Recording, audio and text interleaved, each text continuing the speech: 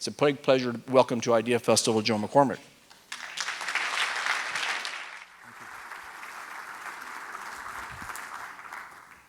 Let's set that out here. Thank you, Chris. So, for the next few minutes, we're going to talk about a topic that may be near and dear to all of your hearts, which is the topic of brevity. Before I get into the presentation and talking about it, I wanted to give you the more or less 1-minute summary of what I'm going to talk about for the next 40 minutes. I'm assuming that the presentation will die and everybody's got to leave, so let me just give it to you up front so you get it right here. So, less is more. We have to... The end. The end. Less is more. We need to master the skill of lean communication. Why? Because the people around us in our world, they're begging us to be brief. They're dying for this. They can't handle the amount of information that's coming their way anymore. They're at a saturation point. Their minds just can't handle it. And this skill, this essential skill, emerges as something that we need to master. Now, when we do, and it's an absolute pleasure to be at Ada Festival, is our ideas can stand out if we can master this. So over the next 40 minutes, what I'm going to talk to you about are 3 tendencies that we all have that get in the way of us being good at this. And those 3 tendencies are simply the tendency of over-explaining, the tendency of under-preparing, surprisingly, and the tendency to just completely miss the point. Or not even have one. If we're really aware of those 3 tendencies and ways of countering those 3 tendencies, then we have the ability to get to the point in a way that provides immediate relief to people and satisfies them, and we have so much to gain. So that's basically the summary of what we're going to talk about. The end. Okay, so let's go back to the beginning. I'm going to tell you a short story to get us started, warmed up here. So how did I end up talking about this topic, which seems so apparently obvious? Be brief. About 10 years ago, I was working in an agency, and I was giving a speech to a group about this size, but the group of people were very, very different. It was a group of public affairs officers in the U.S. Army. So a public affairs officer is responsible, they're the spokespeople for the Army. They go and they talk to the media and the communities about key messages to the Army. And I gave a presentation around the importance of a concise message and narrative, telling a story. The presentation was about an hour long. They loved it because I gave them a very practical technique to be better at their job, which is being concise communicators and effective communicators on behalf of our government. So at the end of that presentation, I gave out some cards, and then we had a dinner reception, and I was just standing there at the bar, and one of the guys in the presentation came up to me, and he said, I really like your presentation. I would like to invite you to come down to our base at Fort Bragg, North Carolina, to talk about this topic.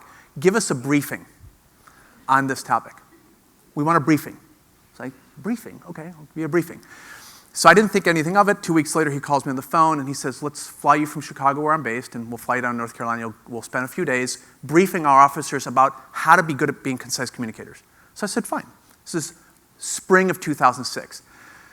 Now, preparing for that trip, he sends me emails back and forth, and he says, oh, and by the way, if you could, what we'd like you to do is we'd like you to spend about half a day with the commanding general of the 82nd Airborne to prepare him for his new assignment as the chief spokesperson for the Iraq War at CENTCOM in Baghdad.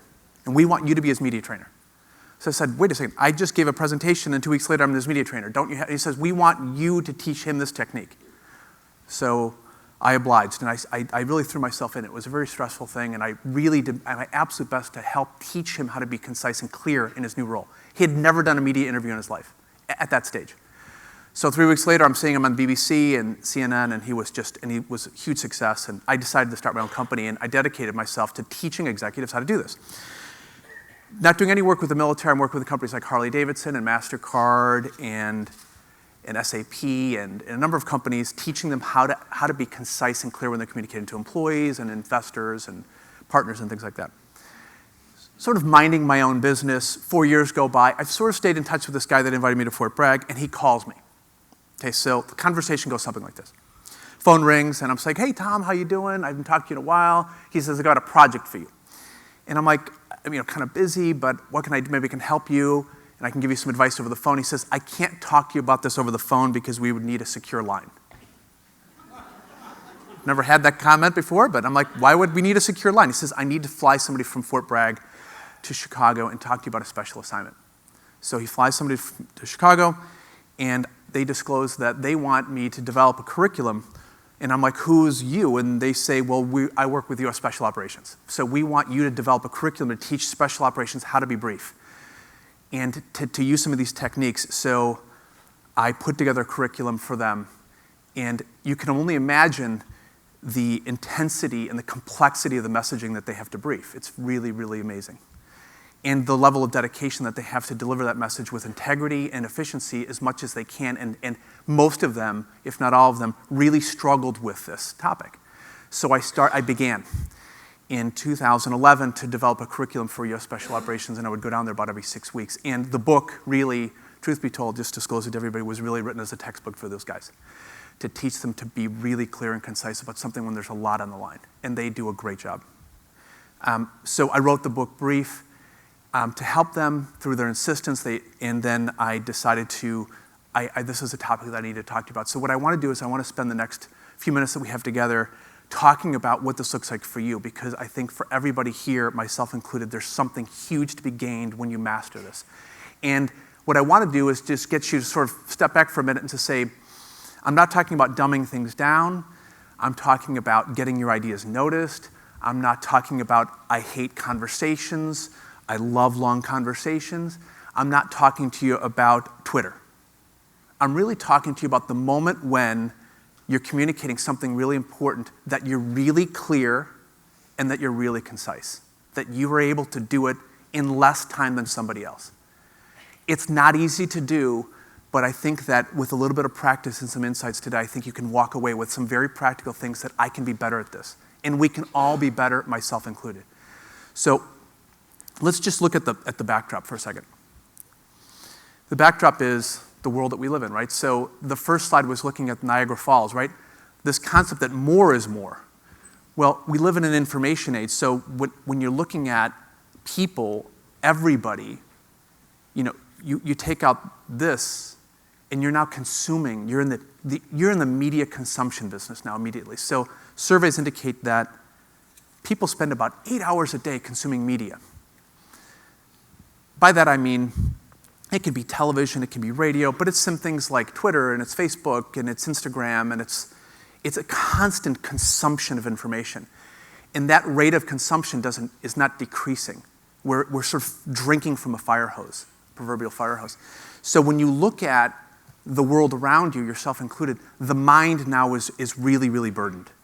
The previous talk, we're talking about neuroplasticity of the brain. Well, one of the effects of information consumption is lower attention span. Right? So if you watch the movie Up, many of you remember the scene where the dog is meeting the master, and he's talking to his master, and he says, "Squirrel." And everybody laughs at that because that's happened to you, or you do that all the time. You're right in the middle of a conversation, you're talking to somebody, and they go, "Squirrel."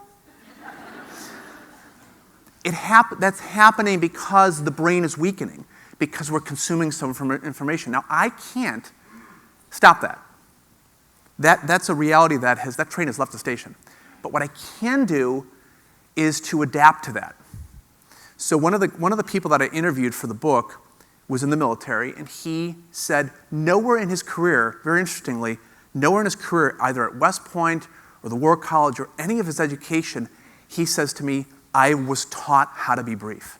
It's not something you are taught how to do. Some people are good at it, most people aren't. But we need to be good at this because the people that we're talking to are drowning in information, and they can't handle any more. They're at a tipping point, a point of saturation. And we need to be really aware that this is the reality of our world today. It's not going to change. But this might be an adaptive strategy. So you talk about a dangerous idea. A dangerous idea here that I'm talking to you is be brief. Not because you want to say nothing, but it's the only way for the idea to get through. If you have to say it in an hour and you could say it in a half hour, you're running the risk possibly of having that idea not even take root. Quick story to that. So I met a guy, and he was a tech guy. So he had a startup. And he would go and he would start explaining his technology, and one of the guys that was funding his company called me and he says, I would really like you to talk to him because, Glenn just cannot explain this thing in less than 20 minutes. So if you ask him, what are you doing? He just goes into the weeds and it gets really, really complicated. It was that type of intervention, really. He's like, he can't shut up. Can you help him? Because I've invested in his company and we're not going to get any money unless he can really tighten it up, So he explains to me his technology and I see the problem because he goes into all this technical detail, all of which is important, but it's just too much information for me to handle. And I hit pause. I'm like, stop. Tell me the story of why you invented this technology. And the technology, simply put, was on an iPad, digital documentation for buying a home. So if you ever bought a home, mounds and mounds of paper, you got to sign, and it's all paper copies. And he invented this. So I said, tell me the story. Why'd you do that? So here, the story was simply, it's my wife. He's like, my wife is a realtor, and she's driving to a birthday party, and then she gets a phone call. And the phone call is from a client. And the client says, we'd like to do the deal right now, and she's got to make a decision. Do I go to the birthday party with my child, or do I go home and do my work? So at the end of the day, she laments that to her husband, who's in the technology industry. And he says, there's an app for that. And then he dedicates himself to developing that app. Well, he started telling that story, and he sold this company for $10 million. Why am I telling you the story? Because if he didn't correct, he wouldn't have sold the company. His idea wouldn't have gotten through. And brevity is the opening for that idea to get through. But we have to understand what's getting in our way. So when you look at the reality, it gets worse. So you start looking at attention spans. The average attention span in the last 5 years has dropped from 12 seconds to 8. The average goldfish has a 9-second attention span, which begs the question, who's measuring the attention span of goldfish, right?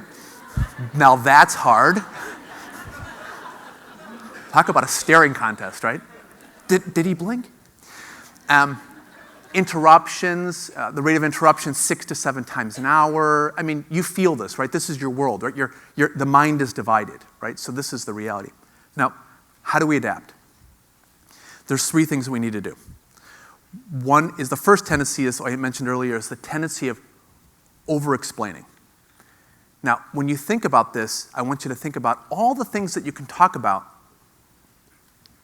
when you're dealing with a topic.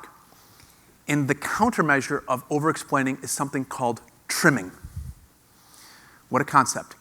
Trimming essential from less essential information. So I'm going to show you a little video clip. And in this video clip, before they run it, think about like a meeting. Think about a question, which is, tell me a little bit about yourself and what that expectation is. Let's watch this poor guy as he struggles with some simple instructions in a video conference call. All right, everybody, let's get started. Say hello to New York. Oh, hi, New York. Hi, New York. I know some of the people in this room here are meeting each other for the first time, so before we even get started talking quality control, of course we have the people in New York, I'd like to just go around the room, go around the table here just by way of introduction. Tell us a little bit about yourself and maybe what's going on at your location. Okay? Dave, why don't you start? Right now? Yep. Oh, well, I didn't know I'd be speaking today. I didn't prepare anything. Well, that's all right. Just, something, a brief introduction. Okay. Let's see. My name is Dave Boucher. That's a start. Should I be standing up for this? Oh, whatever you like. Okay. Yeah, so I have that felt a little strange up there. Sit back down. Safe. My name is Dave. You can call me by that name. I am a single. I rent an apartment that I live inside of right now, over on 8th Street, about a mile away. I don't know if you guys know the area. Well, no, I guess all of us live out of town, or some of us, different cities. Some of us are here, some aren't, but you guys are obviously far away. I don't know if you visited, but it's on 8th Street, about a mile away from here. I said that already. It is a well-liked neighborhood by me. I like it, living there. I got a Radio Shack right on the corner, so Radio Shack. It's a good walking neighborhood. If I need, batteries or, cables, things, adapt, plug together. I probably wouldn't get a big purchase there, but they're good for the small wires. And I didn't know I'd be speaking today. Is a thing. Yeah, well, obviously, right? No, like this guy sitting here is making a great speech, everything's like well thought out, just, my notes, my points, just sort of each, thing logically connects, and is this kind of, I don't know, what you had in mind, or? Why don't you say something that's more work related? Right. More of a work-related stories, or just language, words. That I'll say. I'm going to stand up again. I like it better this time. You okay. could cut it. You could Feels cut good. it. So yes, I'm a quality control manager. You could cut it. It gets worse. He goes on. Hard to believe. Hard to believe. So you think of that moment. It's a really funny clip. Of course, it's a joke, but put yourself in the scene for a second where you're in a scenario where a person just goes long. While you're watching that piece, what are you feeling? It's just awkward, it's uncomfortable, it's painful. Now you start thinking, there's this dynamic in the brain called the elusive 600, which says that the brain is processing about 750 words per minute, but we speak about 150 words per minute, leaving about 600 words left over for us to sort of float around in our mind. While he's talking, our elusive 600 is firing, because you're hearing what he's saying, but you're also thinking other things, these other words. Now you're thinking, he's an idiot. Where did he go to school? He says he does quality control for a pharma company. I'm thinking liability. He's mentioning his marital status. He's single. There's a reason he's single. Now, when you don't master brevity, what you're doing is you're triggering people's elusive 600, these excess words floating around their head, to think bad things about you. Remember that you have to trim. You have to trim, because if people are inattentive and flooded with information, the more information you give them triggers their mind to say, squirrel. So there's a level of detail that he isn't aware of that I'll just share with you quickly, to trim, to counter that over-explaining. And there's 3 levels of detail. Level 1 detail is essential detail. Tell me a little bit about yourself. Level 1 detail. Level 2 detail might give some more color and depth and dimension to that, like where I live and how long I've lived there and things like that. And level 3 detail is like sort of your entire biography. He just threw it all in as just information. The mind doesn't handle it that way, so what people want is a brief explanation, and he didn't trim. So had he trimmed, he might say a few things about myself, like, I'm a single, I live in the city, I've worked in quality control at the company for the last 10 years, I'm really excited to be here, something like that. But he didn't do that. All the detail was, he was afraid to trim, right? You have to trim. So key lesson there is you have to trim. That tendency of over-explaining can get you into trouble. It got him into trouble. I mean, he probably wouldn't last there very long. Oops. So the next tendency, the tendency is to under-prepare. Now, you think about brevity as, okay, I'm just going to be short.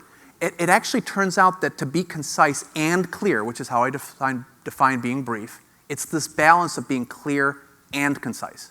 It's not just being concise. Because you could be too brief, right? If I just told you, my whole presentation is on less and more, the end. It's too brief. You need to hear a little bit more.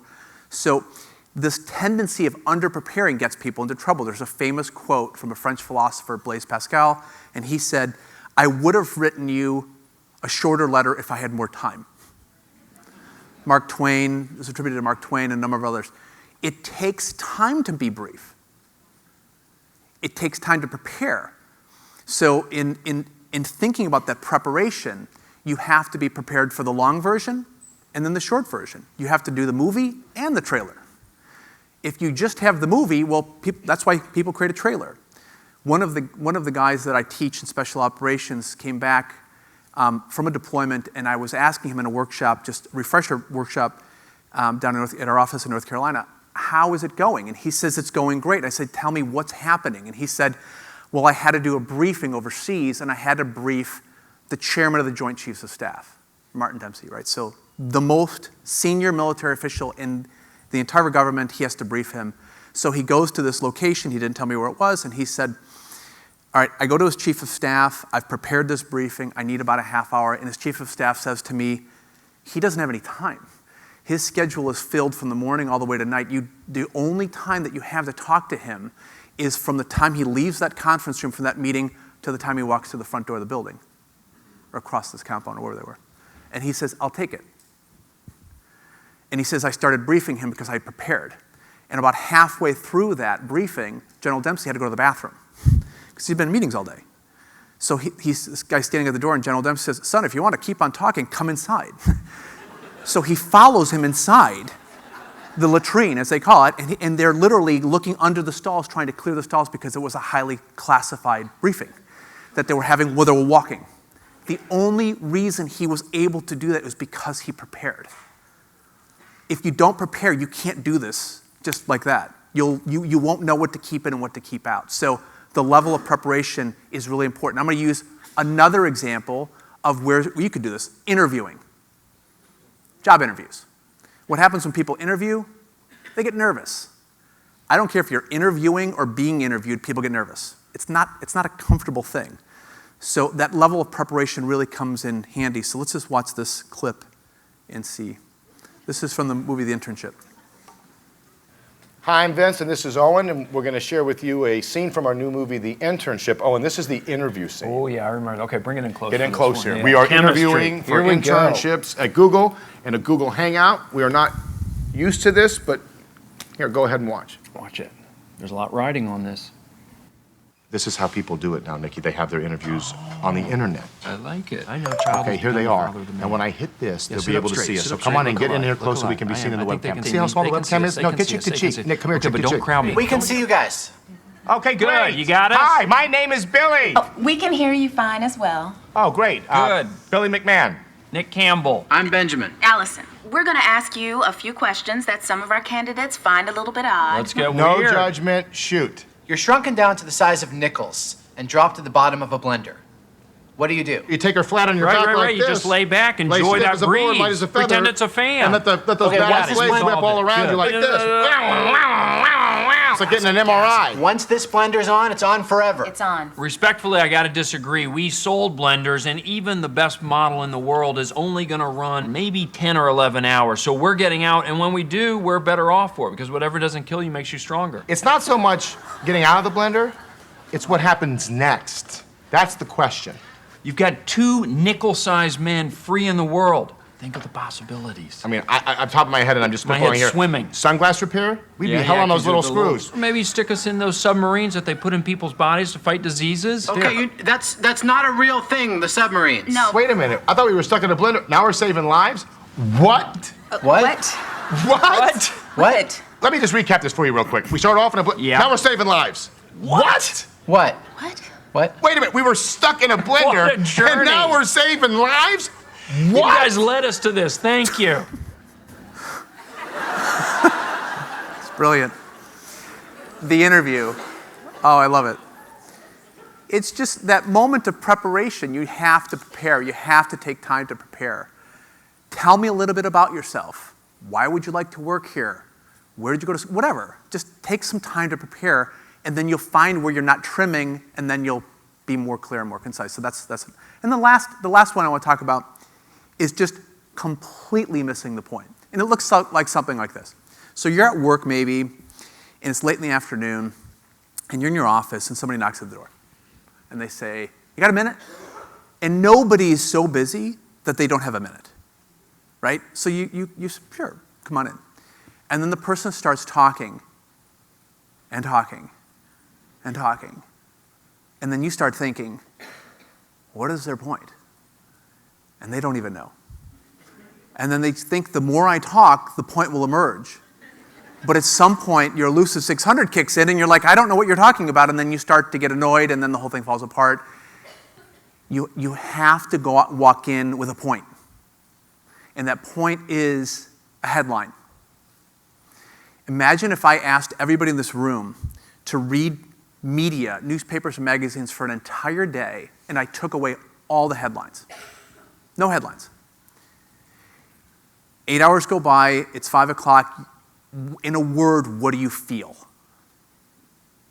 In one word, you feel exhausted. That's how people feel when we don't have a point. It's exhausting. Because if I have a low attention span and I'm consuming information all day and I've got a lot on my mind and a lot on my plate, I've got a lot going on and I'm really playing charades, it's exhausting.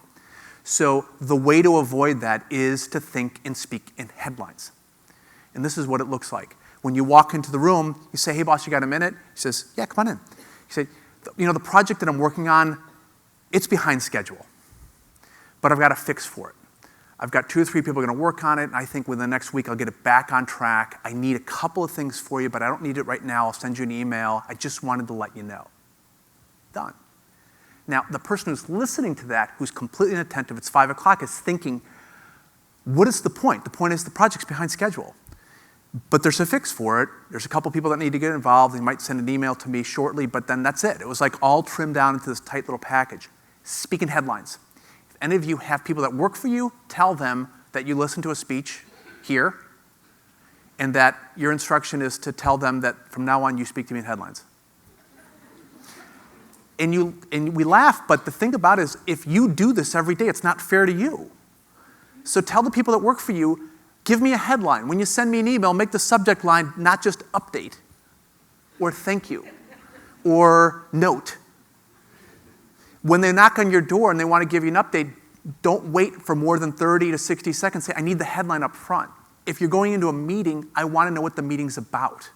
People don't think this way, and they think that the point will emerge. It doesn't, because our attention spans are not strong enough to sustain.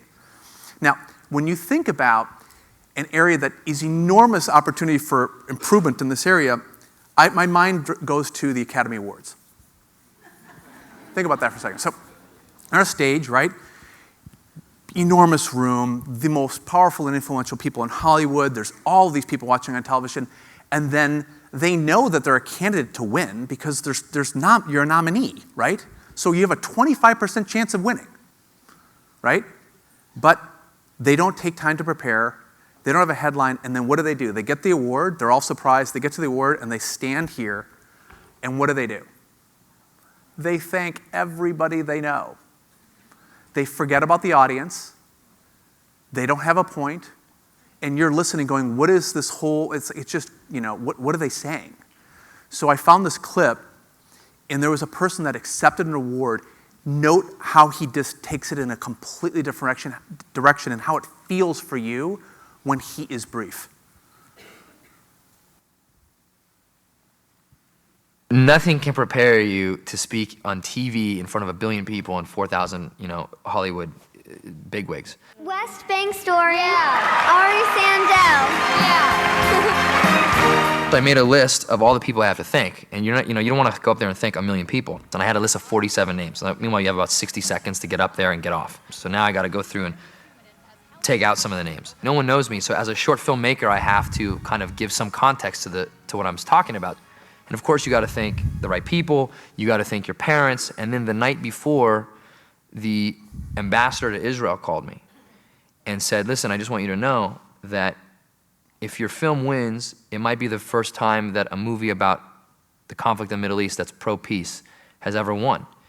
And I hope that maybe you'll say something about the fact that there are still people in Israel and in Palestine who want peace and who are hopeful that there's a future.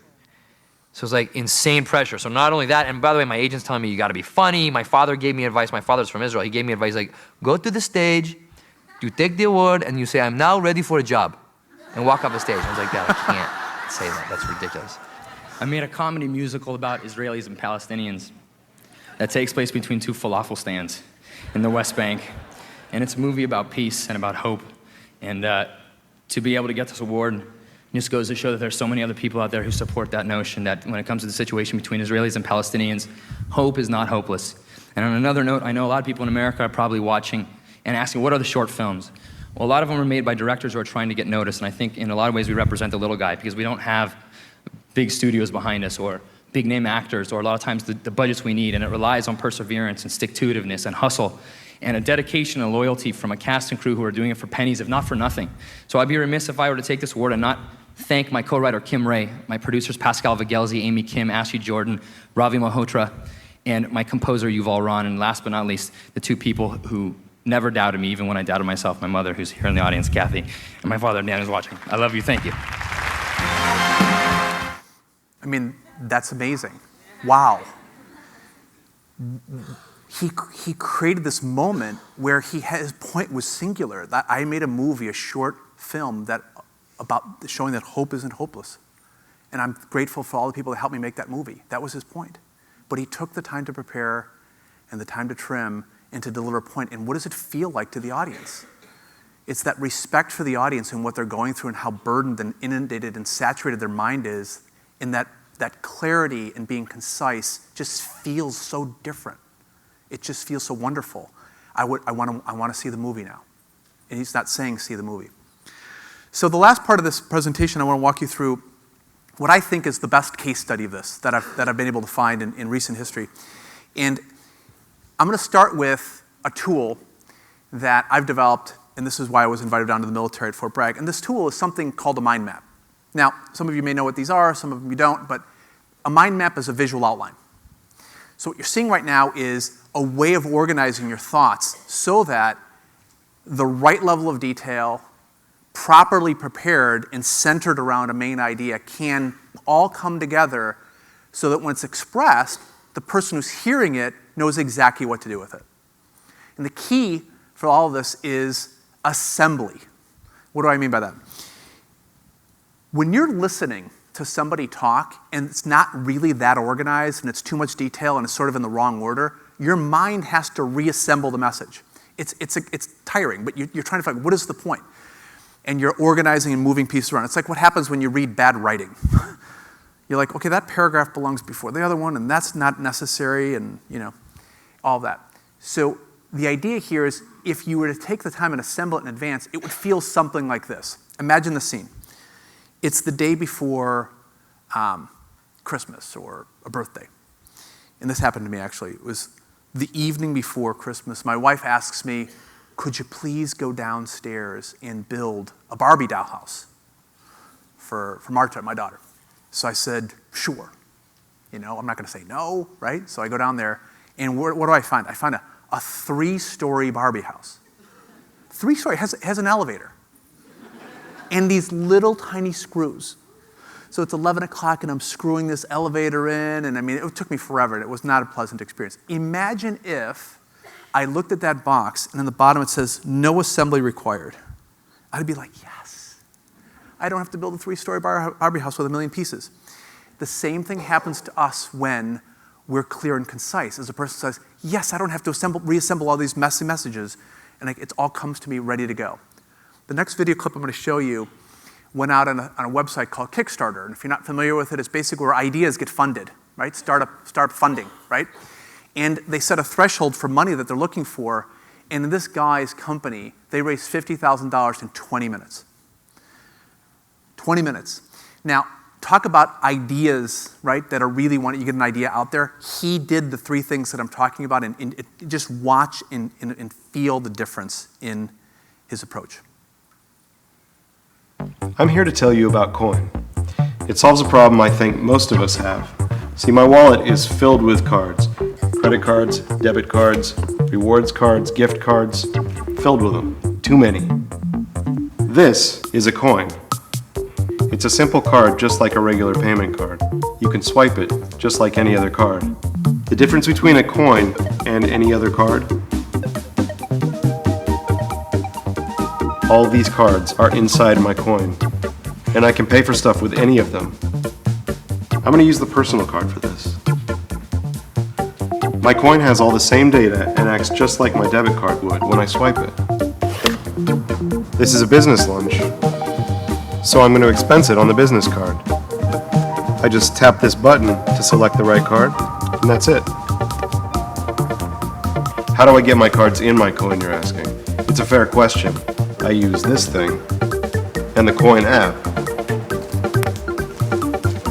to swipe them in. Take a picture so I know which one it is, and that's it. Oh, security. This is cool too. Let's say you pay with your Coin, you've got a lot on your mind, you leave your Coin behind, like a dummy. See that? The Coin uses a low-power Bluetooth signal that knows when your phone is near and when it's not. In this card, all your cards. You can add as many as you want and it stays the same size. And all you ever need is one. One Coin for all your cards.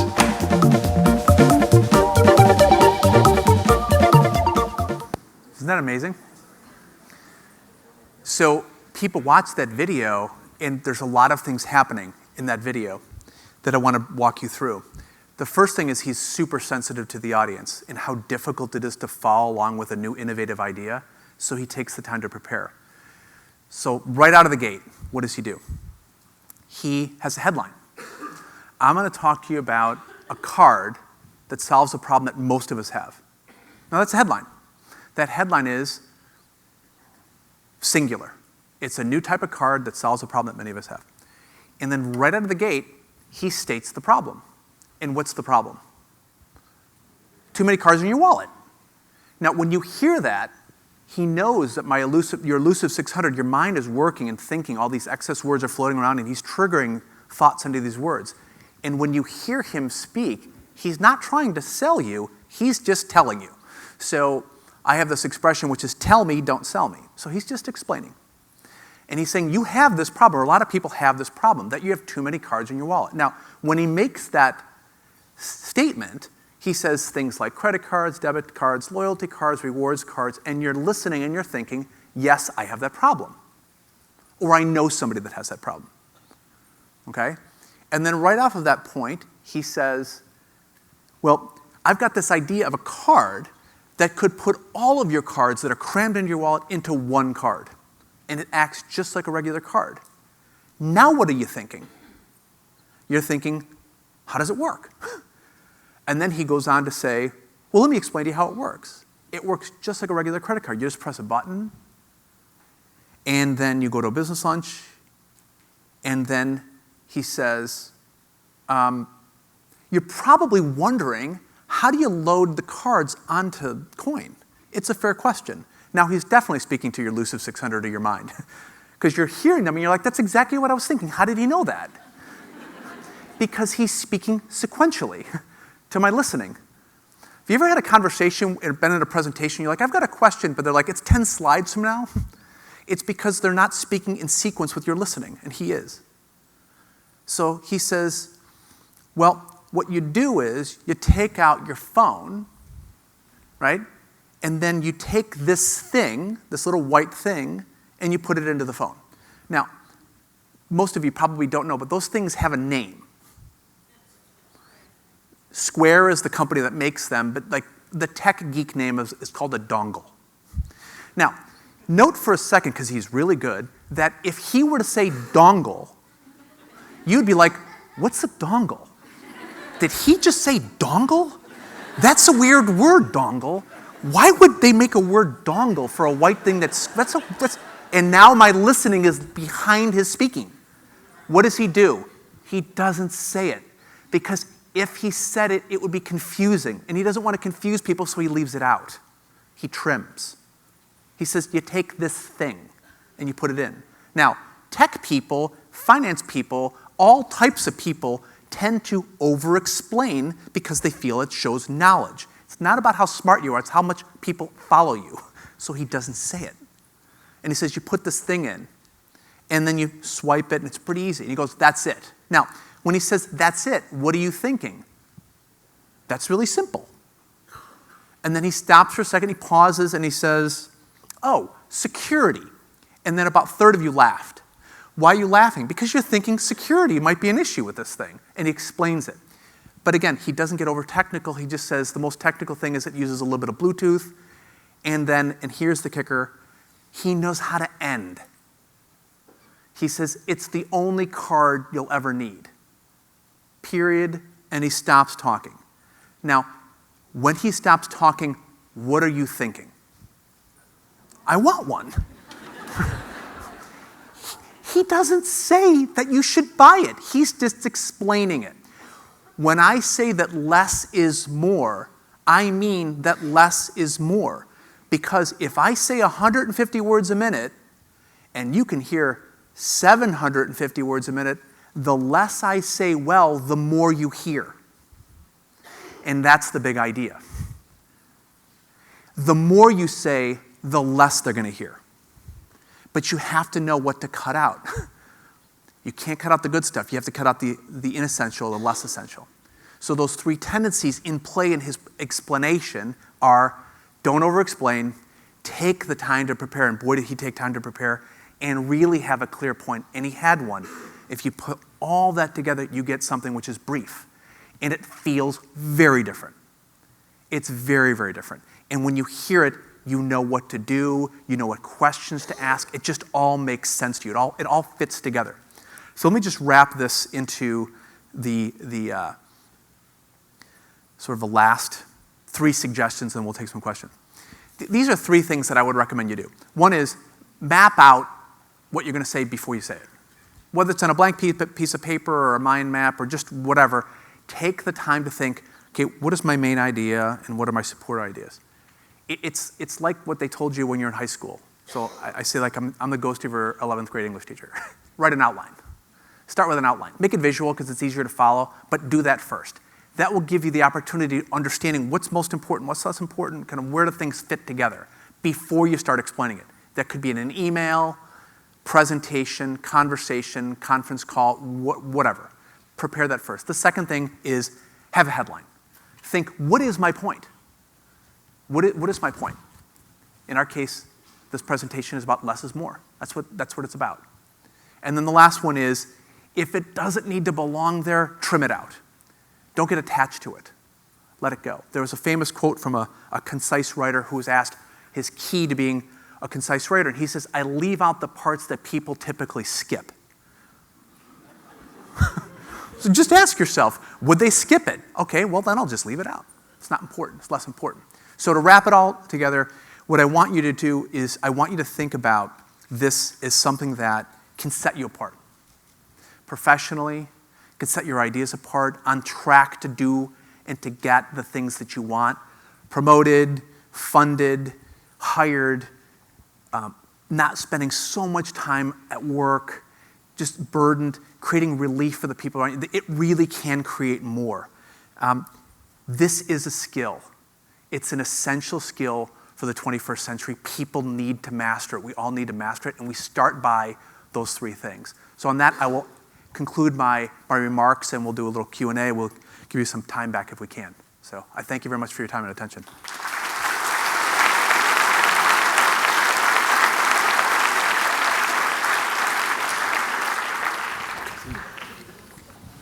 My phone up there. Thank you. You're welcome. Before we start, I'm going to bring up a quick slide on the screen.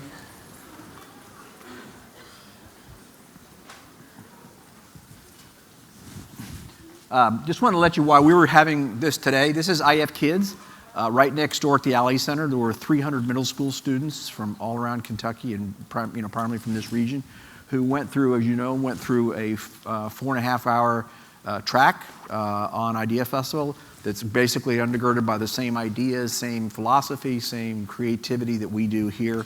And many of the same speakers that you've heard went over and spent obviously a shorter amount of briefer time with the students talking about some of their ideas. But I just want to let you know, is Anthony Myers in the room?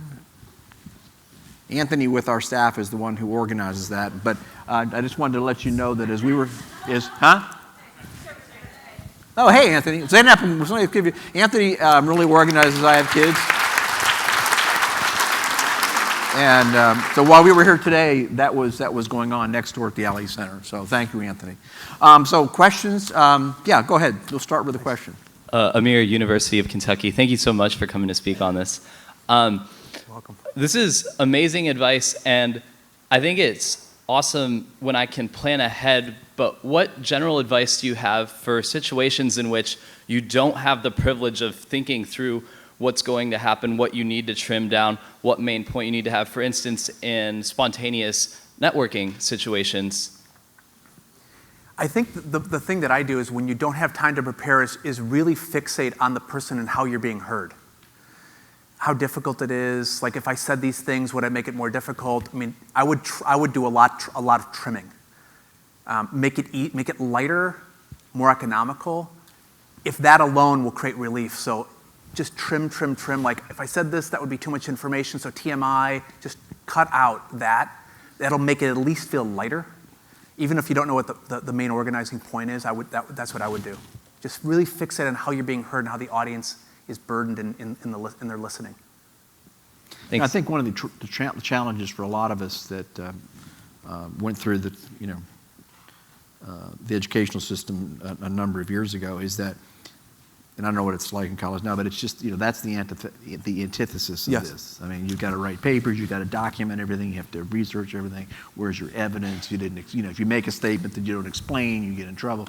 And it's really hard. I mean, I have found personally, I'm getting better, but it's hard to extract yourself out of that and not think that oh, gee, I'm good. They're going to think they're going to think I don't know what I'm talking about if I just say this.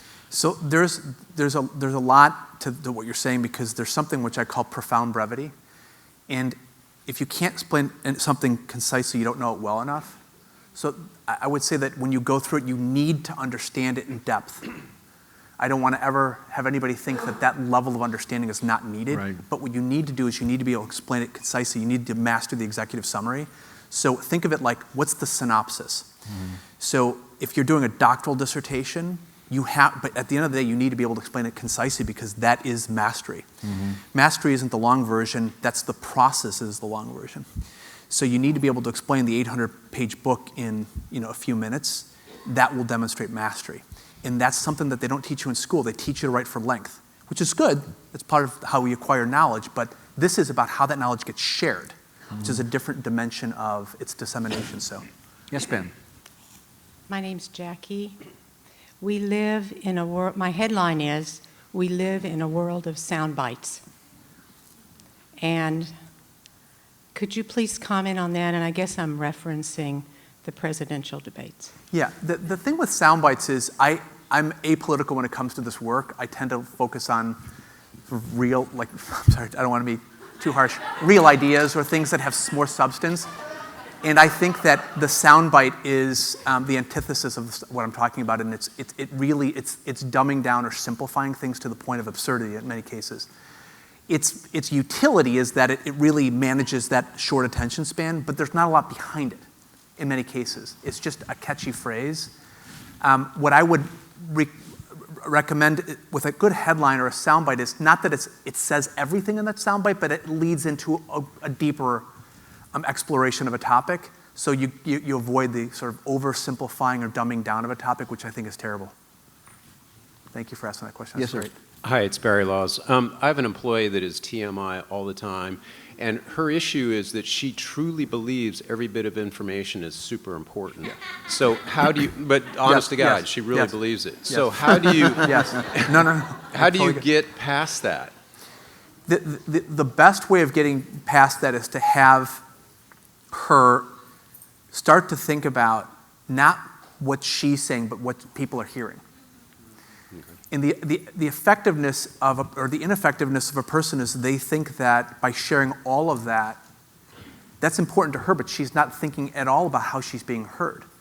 And the pity is that presumably she's highly educated and highly prepared and the right person for the job, but if she does that, she's not going to be heard, in which case she's not going to be able to do her job. And in the military, I've learned this in a really a deep way. If the idea is not packaged in a smaller, if it's not put in a smaller package, nothing's going to happen. And I've had people tell me in the communities I serve that missions have not gotten proved because people couldn't brief it right. The audience didn't hear it. So if you frame it like that, there might be an opening for a person like that to start trimming and cutting and changing a little bit of their behavior. Thank you. Thanks. Yes, ma'am. Hello, I'm Shannon Wood from Murray State University. I'm in the honors program, and we send out a lot of reminder emails every single week, and they tend to get deleted every single week before people read them. How do you make routine reminders or summaries concise and interesting?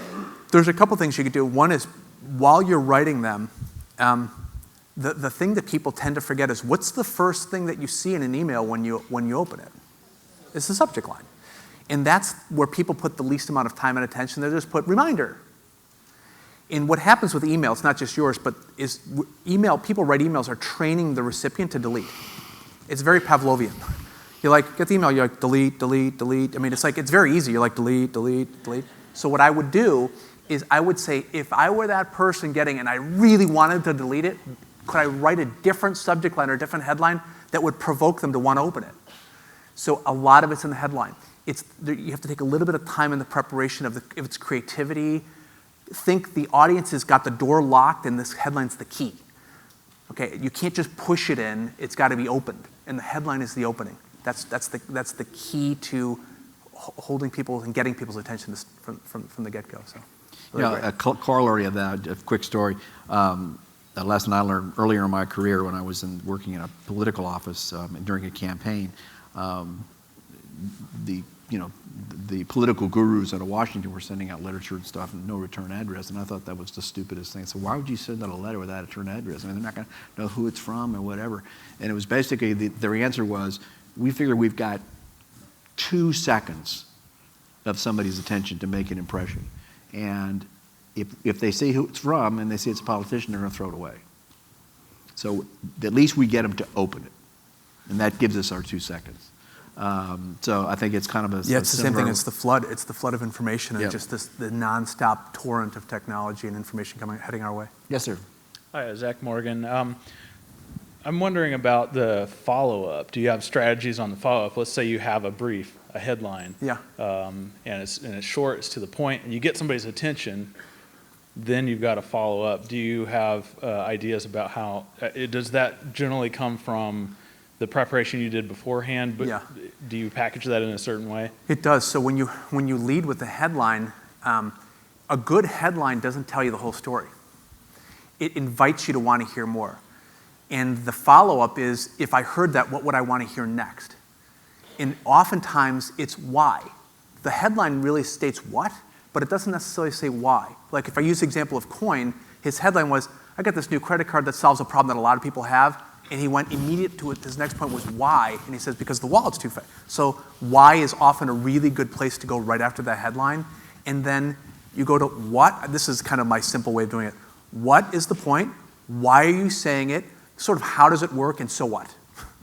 If you were to answer those 4 questions in sequence, mapped out in advance, you can come up with a kind of a really abbreviated track of an idea from beginning to all the way to end. What, why, how, so what. And that works, I think, oftentimes like a charm. Cool. Thank you. Thanks. Yes. John Barron, good talk, easy to receive. Thank you. I have a dissonance that I would like to comment on. I think in terms of beginning, middle, and end, message mapping is a little bit different. The twist on that, I just want to comment on. Yeah, so message mapping or this mind mapping it allows people to think in terms of beginning, middle, end, because the headline is the beginning.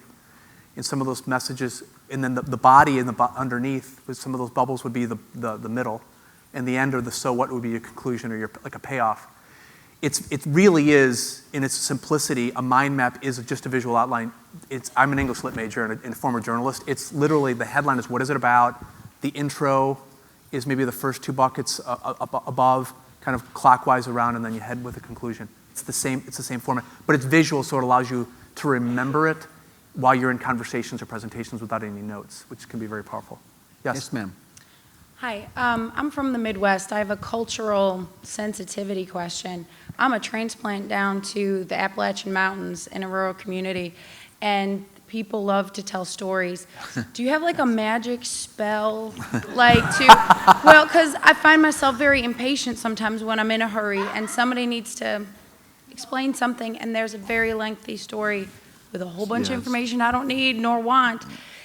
And I'm trying to be sensitive to the culture where they're coming from that I don't come from, and I just kind of want to hurry them along.